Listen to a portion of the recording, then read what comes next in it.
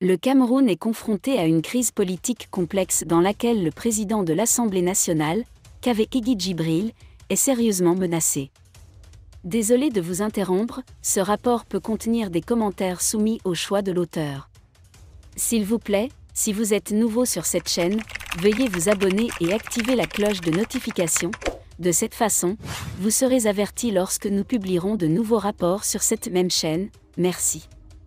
Selon Jeune Afrique, l'évacuation sanitaire initialement autorisée vers la France a été retardée en raison de conflits et de tensions au sein du gouvernement camerounais.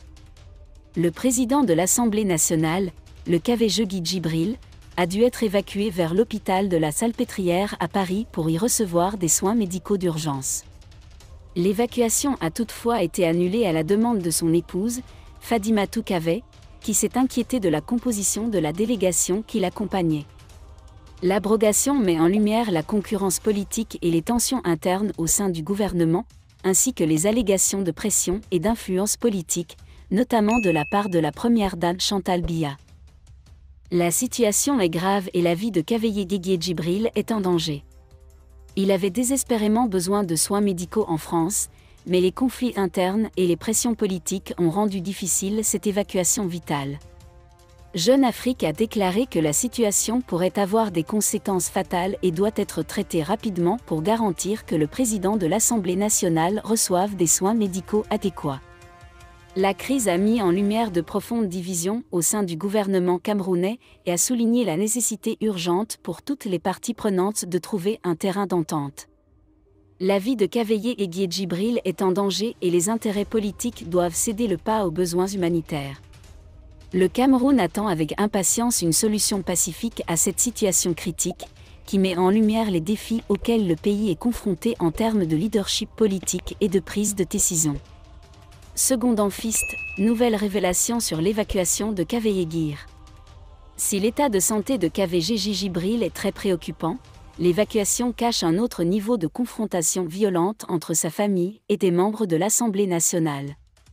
On sait qu'il y a des divergences entre l'épouse du président de l'Assemblée nationale et le chef de cabinet. Mais je ne sais pas jusqu'où les deux camps sont allés dans ce combat. Les publications de l'homme politique Aboubakar Ousmane me permettent de mesurer la gravité de ce qui se passe autour de cette évacuation. Après une nuit chaotique de graves injures et de bagarres entre le camp d'Irkab Boukar Abdourahim et le camp Fadimatou Kaveh avec le soutien des enfants de la résidence PAN, le voyage Air France a de nouveau été annulé et les études accompagneront la femme. A écrit l'opposant. Un complot d'assassinat ? Selon des sources officielles que nous avons reçues, l'épouse de Kaveh devait l'accompagner mais elle n'a pas encore obtenu son visa.